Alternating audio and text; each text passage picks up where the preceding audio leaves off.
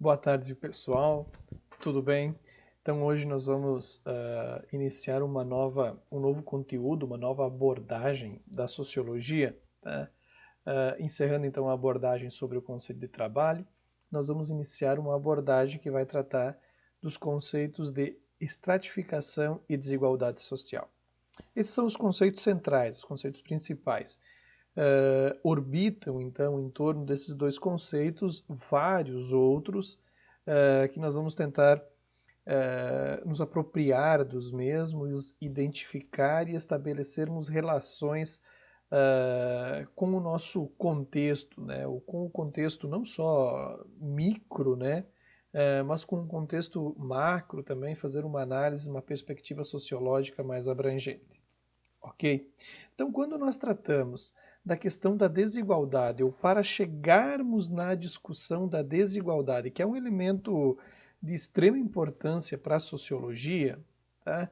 Nós devemos perpassar outros três elementos, ou outros três conceitos muito importantes, quais sejam os conceitos de estrutura social, de estratificação e de mobilidade social. Vejam só, ao fundo aqui vocês percebem, vocês veem uma imagem muito conhecida, uh, inclusive apresentada em jornais, em capas de revista, foi temática de novela, né, também, essa imagem, que ela é de São Paulo, né, nós temos do lado a favela de Paraisópolis e do outro um condomínio de alto luxo, de alto padrão. O muro, né, que separa ou que delimita, né, o terreno aí desse condomínio, né, vocês vão ver, perceber sacadas com piscinas, né, lá, ele faz limite, ele faz divisa com Paraisópolis, a maior favela de São Paulo, onde muitos têm dificuldade ou inexiste o acesso à água potável básica para beber, tá? Para fazer uma higiene corporal apropriada. Então, vocês percebem aqui a imagem, né, ela é tida, o jornal The Guardian, né, ele fez uma matéria e a capa do jornal, eu não vou lembrar aqui a edição, foi justamente essa imagem, essa foto, tá? Que ilustrou o jornal e que deu para o mundo assim um impacto muito grande. A foto é um pouco mais ampla, ela vai pegar Paraisópolis como um todo, tá? Mas o interessante é que ela deixa esse contraste, o contraste da desigualdade. Mas para podermos discutir desigualdade, então, como eu estava mencionando, nós temos que dar conta desses três conceitos, identificar, tá? Teoricamente, obviamente, num primeiro momento, para depois sim poder colocar na prática, para não incorrermos no erro, né, de buscar uma discussão sem entendermos minimamente a base teórica desses conceitos que acabam influenciando, né, na questão da desigualdade. Muito bem. Quando nos referimos à estrutura social, ao que nós estamos nos referindo? O que é uma estrutura social? Como o próprio nome, enfim, ele já nos deixa bastante esclarecido, né? A estrutura social é a forma como a sociedade se estrutura, é a forma como a sociedade se organiza, ok? Então vejam só, a forma como a sociedade se organiza é a maneira que vai levar em consideração aspectos religiosos, culturais, políticos, econômicos, étnicos, muitas vezes, tá? Então, a maneira como a sociedade ela estabelece uma organização, nós vamos tratar de estruturas. Que são essas estruturas, historicamente? As estruturas elas ficaram, elas passam a ser conhecidas pela forma de estratificação. O que é a estratificação? A estratificação, então, é aquilo que compõe a estrutura, ou seja, é a forma como os indivíduos dentro dessa estrutura social são divididos ou são classificados. Tá? Historicamente, nós temos três formas de estratificação principais. Nós temos o sistema de castas, nós temos sistemas de estamento e nós temos o sistema de classe social. Essas são formas de estratificação. que vão compor a estrutura, ou que vão formar uma estrutura, porque essas estratificações elas vão ter por base princípios religiosos, como mencionado, né, culturais, étnicos, entende? Então, por isso que o nosso foco aqui ele vai se dar mais na questão da estrutura, que é aquilo que da estratificação, perdão, que é aquilo que vai compor, o que vai determinar a estrutura social. E o terceiro conceito, que é o conceito de mobilidade, que vai ter um impacto direto também na questão da desigualdade, a mobilidade social ela diz respeito à possibilidade ou não de um indivíduo mudar de uma estratificação para outro, de um extrato social para outro extrato social. Sabendo que a estratificação vem da palavra extrato, né? O extrato é uma parte, tá? Ou seja, a mobilidade social ela vai tratar então dessa perspectiva da possibilidade da mudança de um extrato social para o outro. Se ela é possível, se ela não é possível, em que situações, em que circunstâncias ela é possível, em que situações ela não é possível. Ok? Então nós vamos ter essa perspectiva para ser analisada. Ok? Então vejam só. Quando falamos de estratificação social, tá? Nós vamos dizer então que ela pode ser explicada por elementos como renda, religião, origem e etnia. Tá? Ou seja, as camadas elas vão ser estratificadas, eu vou estratificar, eu vou delegar um lugar para o indivíduo na sociedade de acordo com esses elementos. Tá? Principalmente nessas formas de estratificação que nós vimos, tá? Casta, que eu citei, que nós vamos nos aprofundar um pouquinho agora, castas, estamentos e classe social, nós vamos ter a presença da religião e da renda, basicamente. Também vai ter a origem e a etnia, elas vão estar correlacionadas, tá? Ou elas vão entrar numa segunda perspectiva, principalmente nas castas e nos estamentos. Ok? Então essa perspectiva, tá, das castas, da estratificação social, ela vai ficar mais evidente quando nós estudarmos agora e passarmos a entender cada forma de estratificação social que historicamente foi constituída e foi e atingiu a população a nível mais macro. Então, a primeira forma de estratificação que nós podemos citar aqui foi o sistema de castas, né?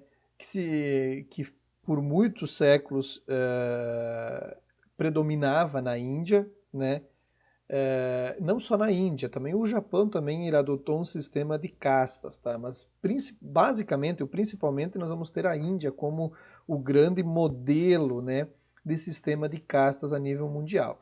E ele era considerado oficial, né? Ele era considerado o elemento oficial. O Estado ele se mantinha, as leis elas eram constituídas tendo por base o princípio das castas, que era basicamente um elemento religioso, ou seja, uma ordem divina que determinava que as coisas deveriam ser assim, ou que a distribuição dos indivíduos deveria ser assim. Porque nós estamos aqui diante de um sistema de castas, onde predomina uma religião, a religião hinduísta, com a sua característica não monoteísta, mas politeísta, tá? E aonde você vai ter a crença na reencarnação, ou seja, as castas, as pessoas elas nascem em determinada casta, ou ela pertence a determinada casta, em virtude da vida anterior, né? Ou seja, se a pessoa ela se portou mal, se a pessoa ela não agiu de maneira adequada frente aos princípios do hinduísmo, né?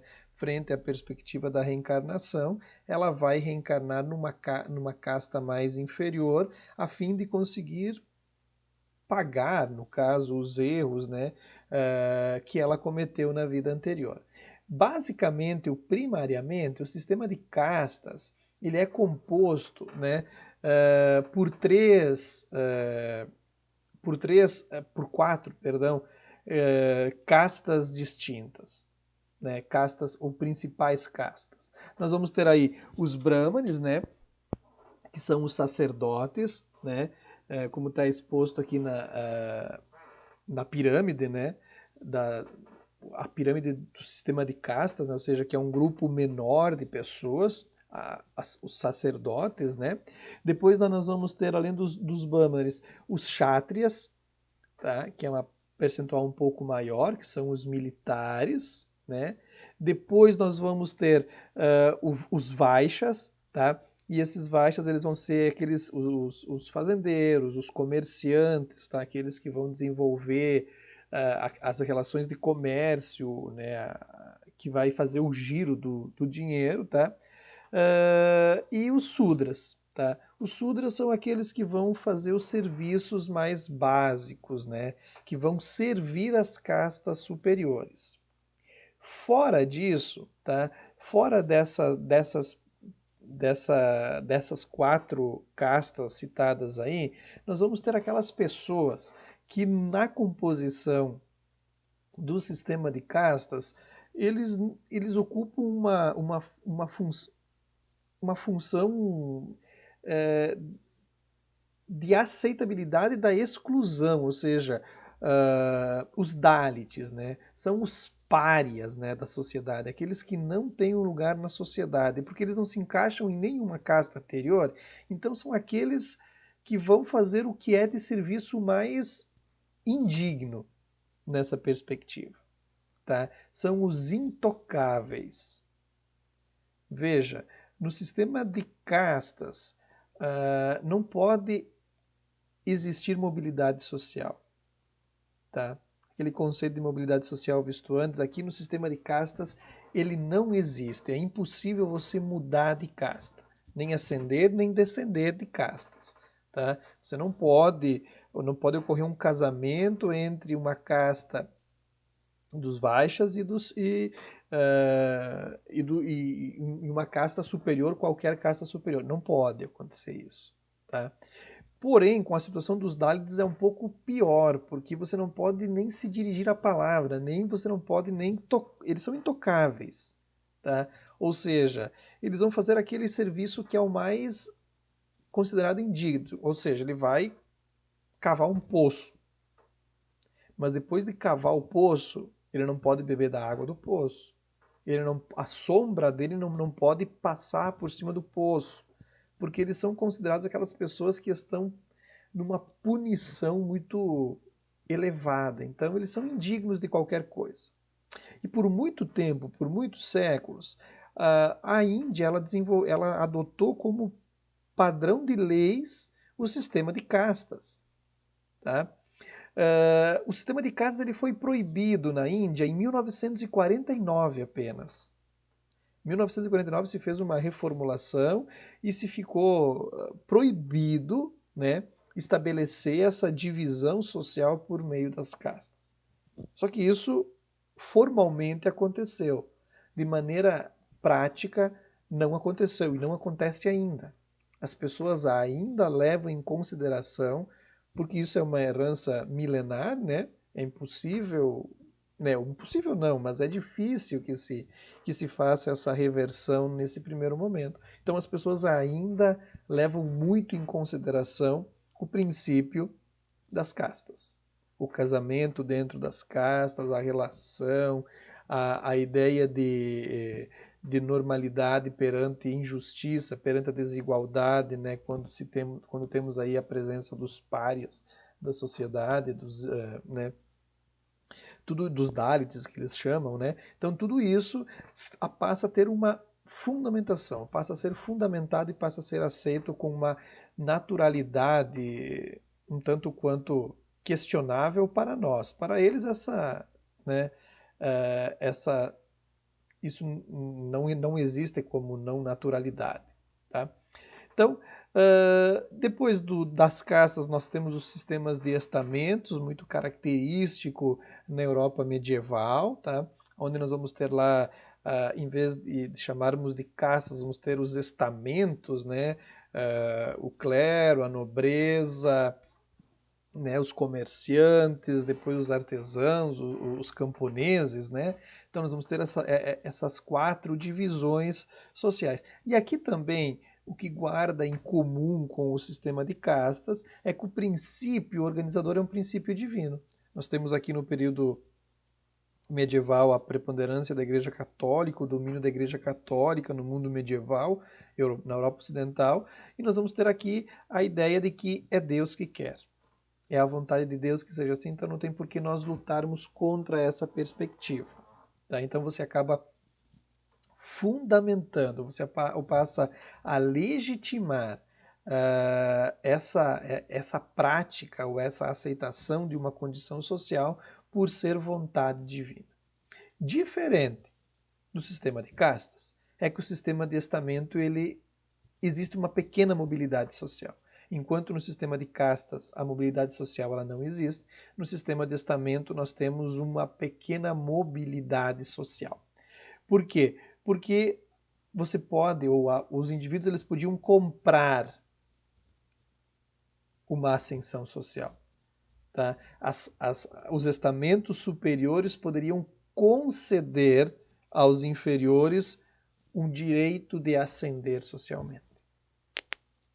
Tá? Então você poderia, né, passar de uma perspectiva de camponês para comerciante, né, para uma perspectiva de comerciante para nobreza, mas mediante a aceitação, o pagamento, né, para você conseguir essa ascensão social. Tá? Então você tem essa possibilidade de mudança, tá? Que você compra, que você adquire, na verdade, ela, que não é possível num sistema de castas, onde tudo é estanque, tudo é definido. Tá? Então, a ideia de mobilidade social é essa ideia de ascensão ou de declínio também, né? Você pode ascender socialmente ou declinar socialmente. Okay? Então, nas castas nós não temos essa perspectiva, nos estamentos essa perspectiva ela passa a existir de maneira muito controlada, e nas classes sociais essa mobilidade social ela é amplamente possível, tanto na ascensão como no declínio. Tá? Então o sistema de classe social ele surge principalmente ou em conjunto com a estruturação do sistema capitalista, tá? E ele vai não agora mais tomar como base a questão religiosa para definir o lugar do indivíduo, em que classe social o indivíduo ele vai ocupar, mas agora é o elemento renda, é o elemento capital, é o dinheiro que vai contar e que vai definir o lugar que a pessoa está na sociedade, na forma, na estrutura social e na estratificação que essa estrutura social ela vai adquirir, que no caso é o sistema de classe social. Então aqui nós vamos ter uma ampla perspectiva de mudança ou de transição social. Haja visto, se vocês pegarem, isso é bem interessante, a pirâmide social do Brasil dos últimos 20 anos, tá? Vocês vão ver que essa pirâmide social ela teve mudanças muito interessantes de serem analisadas, tá? Porque você vai ver a pirâmide lá nos anos 90 no formato que nós temos ela hoje, né? O formato piramidal, né? Com o topo estreito e a base bem alargada, né?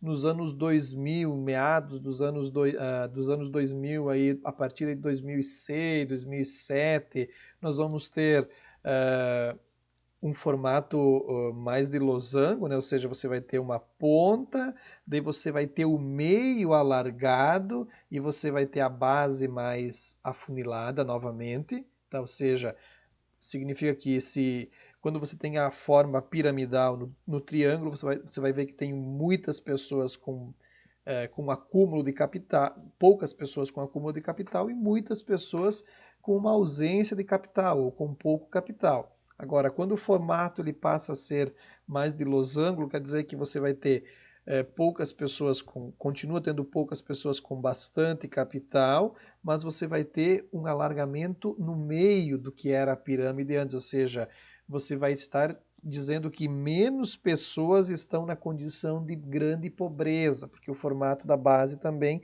está mais afunilado. Então você vai ter uma mudança. Com o passar dos anos, essa pirâmide ela começou a se estruturar de novo. O meio dela começou a se estreitar e a base começou a se alargar. E hoje voltamos a ter uma pirâmide, tá? No formato triangular, no formato piramidal mesmo. Tá? Então,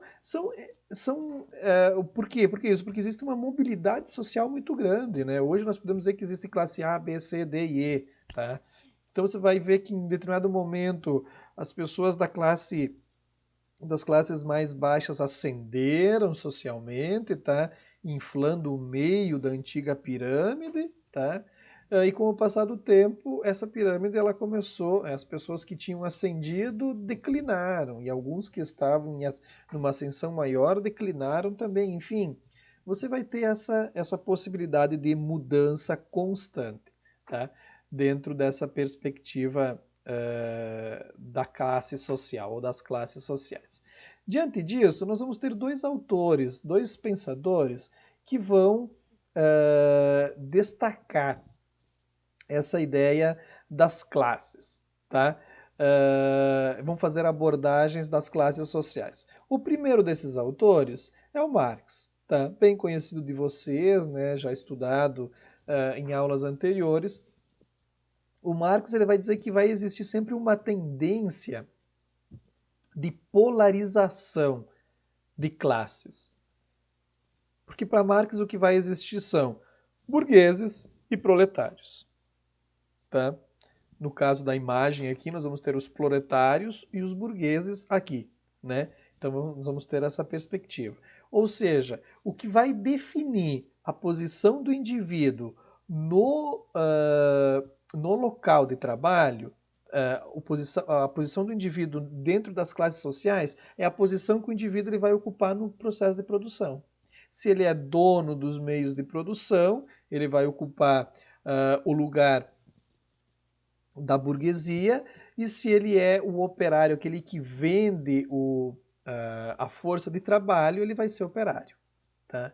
Então, ele vai ter essa polarização. O Marx ele vai dizer o que é a classe social. A classe social, na verdade, ela é definida pelo lugar que o indivíduo ocupa no processo de produção. Se ele é burguês, é porque ele é dono do processo de produção. Se ele é operário, é porque ele vende a sua força de trabalho. E esses dois grupos eles vão estar sempre em tensão, tá? Porque existe uma desigualdade entre eles. Tá? Então essa é a perspectiva do Marx. Ele vai ver nessa perspectiva as duas classes sociais só. Tá?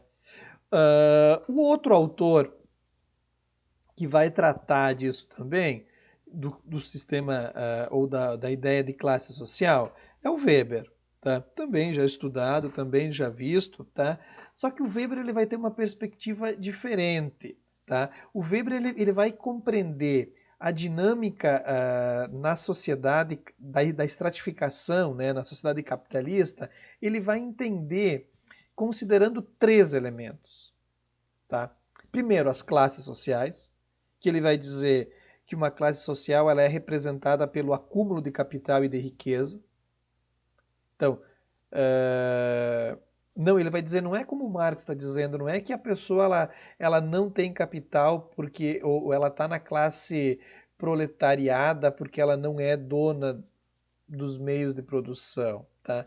Né? É a partir dessa ideia de Weber que nós temos hoje a definição de classe social, na verdade, que vai dizer ali classe A, B, C e D. Porque o que o Marx ele vai dizer? A condição da pessoa que tem mais condição econômica não é o fato dela ter ou ser dona dos meios de produção, porque muitas pessoas estão numa condição econômica mais elevada e elas não são donas dos meios de produção, elas trabalham, elas vendem a sua força de trabalho. Na verdade, a condição social é dada pelo acúmulo de capital, pelo acúmulo de riqueza, pelo valor que você ganha pelo teu trabalho, muitas vezes. Muitas vezes você consegue acumular porque você é dono dos meios de produção. Muitas vezes você consegue acumular dinheiro, ter uma condição de vida bem tranquila, porque você recebe a tua força de trabalho, ela é mais bem paga do que outros indivíduos. Tá? Essa é a perspectiva do Weber, tá? Frente à classe. E além disso, o Weber ele vai trabalhar a questão do status, tá? Ou seja, que é a questão do prestígio. Ele vai dizer, a sociedade capitalista, ela não, né, a nossa sociedade hoje, a estrutura, a estratificação da nossa sociedade, ela não leva em consideração somente a classe social, ou seja, o poder aquisitivo, ela leva em consideração o status que a pessoa goza na sociedade, tá? Porque eu vou ter pessoas que não têm uma condição econômica muito elevada, mas possuem um status muito elevado. Tem pessoas que têm uma condição econômica próspera, mas não gozam de status. Tá? É a maneira como a pessoa é percebida lá fora. E o terceiro ponto é a política, que é a capacidade da pessoa influenciar na decisão dos outros, ou nas decisões coletivas. Então eu vou ter pessoas com uma condição, com uma classe social, da perspectiva do Weber, né? Com uma classe social mais baixa, porque tem pouco capital, mas goza de um status e de um prestígio político elevado, porque consegue convencer uma coletividade muito mais do que uma pessoa que tem uma condição econômica ou uma classe mais elevada. Então o Marx ele vai dizer, bom, eu tenho que olhar o capitalismo como? Como a luta de classes sociais, proletariado e burguesia. O capitalismo ele faz isso. O Weber ele vai dizer, como é que eu tenho que olhar a sociedade a estrutura social do ponto de vista do capitalismo? O Weber vai dizer, a partir da classe, a partir do status e a partir da política. Ok? Hoje definimos até a ideia de classe, né, tanto para Marx como para Weber. Na próxima aula, então, nós vamos continuar essa discussão a partir do conceito de status desenvolvido pelo Weber. Ok? Fiquem bem, até a próxima aula. Um grande abraço.